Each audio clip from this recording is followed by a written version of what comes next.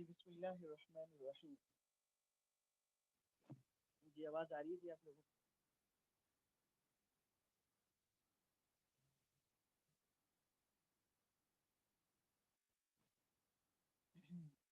جی بتلائیے کہ آواز آ رہی ہے.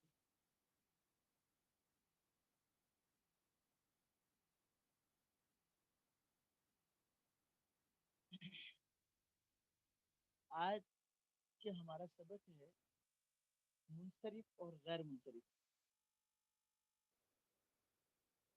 منصرف اور غیر منصرف.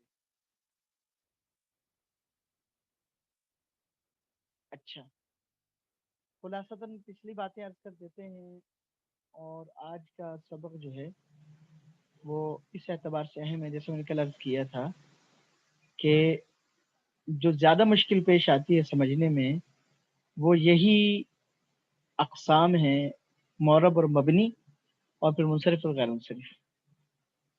تو بھائی دیکھیں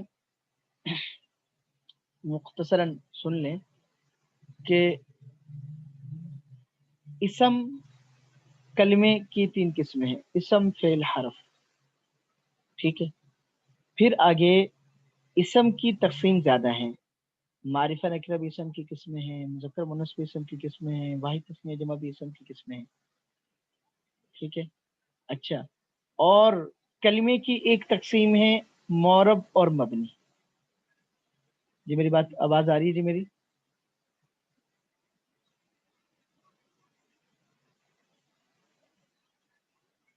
اچھا جی. اب یہ جو قسمیں ہیں منصرف اور غیر منصرف، یہ قسمیں اوپر دیکھیں، اوپر توجہ سے. اس میں معرب کی دو قسمیں ہیں،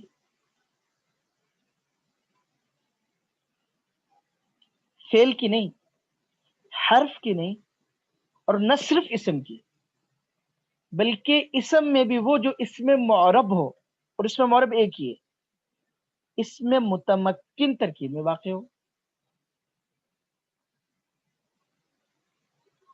تو گویا کہ اس میں متمکن کی دو قسمیں ہیں: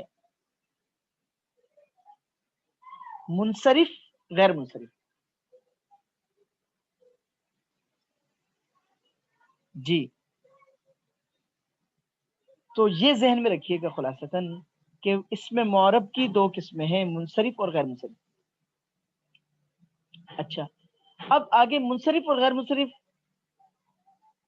کا عبارت میں کیا دخل ہوتا ہے وہ یہ دیکھیے. پہلے منصرف غیر منصرف کی تعریف سمجھیے، پھر اس کی اقسام، پھر آگے وہ کہتے ہیں. منصرف وہ اسم ہے جس میں اسباب منع صرف میں سے کوئی سبب نہ پایا جائے اور اس پر تینوں حرکتیں اور تنوین آتی ہو.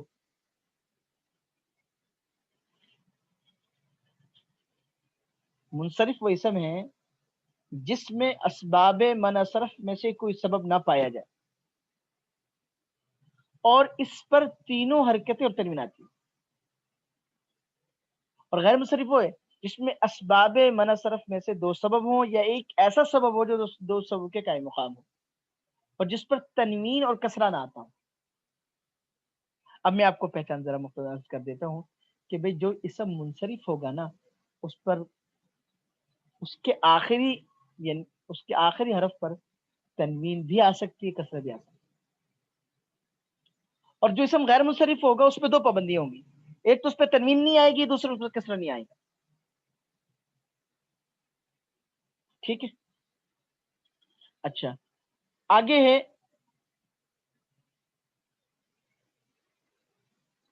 اسباب منع صرف کتنے ہیں؟ اسباب منع صرف 9 ہیں: عدل، وصف، وتانیث، ومعرفت، وعجمت، ثم جمع، ثم ترکیب، والنون زائدة من قبلها الف، ووزن فعل، وهذا القول تقریب. عدل، وصف، تانیث، معرفہ، عجمہ، جمع، ترکیب، الف نون زائدتان، وزن فعل، یہ 9 اسباب منع صرف ہیں.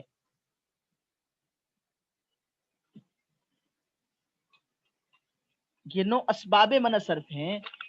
اچھا ان کو دوبارہ دیکھیے گا.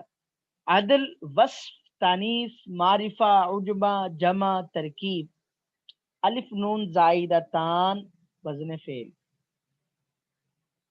ذہن میں رہے گا جی انشاءاللہ تعالی.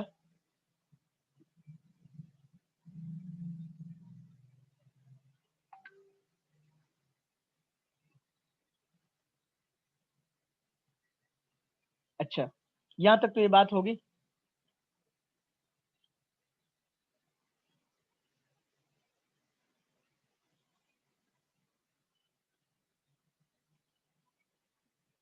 اچھا بھائی توجہ ہے نا جی سب کی.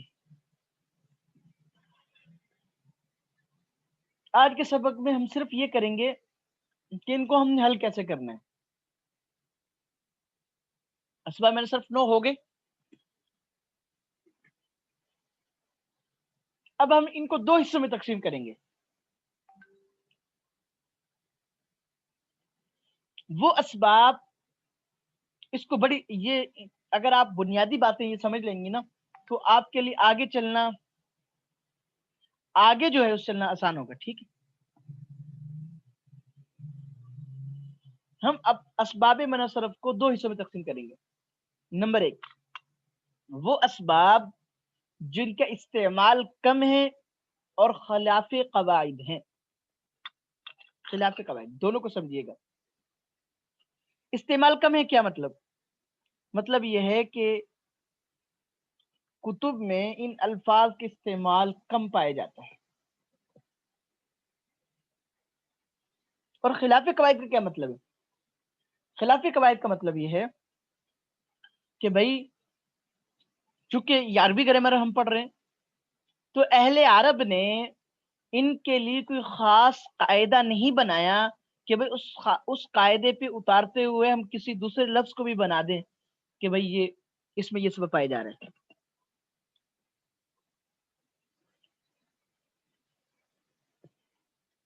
بات سمجھ میں آ رہی ہے جی؟ نمبر 2، وہ اسباب جن کا استعمال زیادہ ہے اور موافق قواعد ہیں، یعنی استعمال بھی بکثرت ہے اور اہل عرب نے ان کے لیے قاعدے مقرر کیے ہیں کہ ان قاعدوں کو اگر ہم استعمال کریں، ان قاعدوں کو یاد کر لیں تو ہم اور اسما پر بھی ان اسباب کو لگا سکتے ہیں کہ ان میں یہ سبب پائے جا رہے ہیں.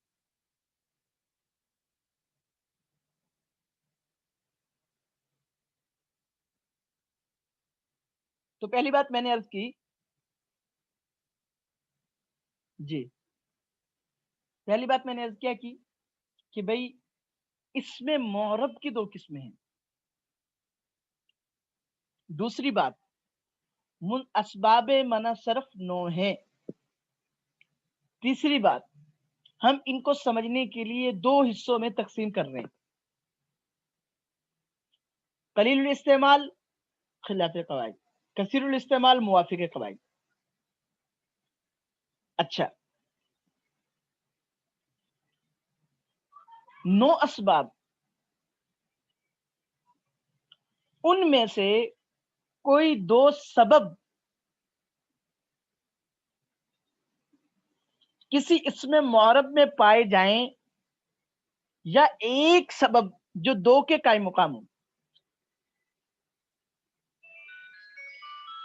اس کو سمجھنے کوئی مشکل نہیں. ادھر دیکھیں جی، جیسے اس کو یوں سمجھیے گا جیسے بسا اوقات آپ نے ہائیس دیکھی ہوگی، ہائیس گاڑی، تو اس میں جب اس میں سیٹیں 4 بندوں کی، 3 بندوں کی سیٹ ہوتی ہے لیکن ان 4 بندوں کو بٹھاتے ہیں تو کوئی موٹا بندہ آ جائے نا تو وہ 2 کی جگہ پہ اکیلا بیٹھ جاتا ہے.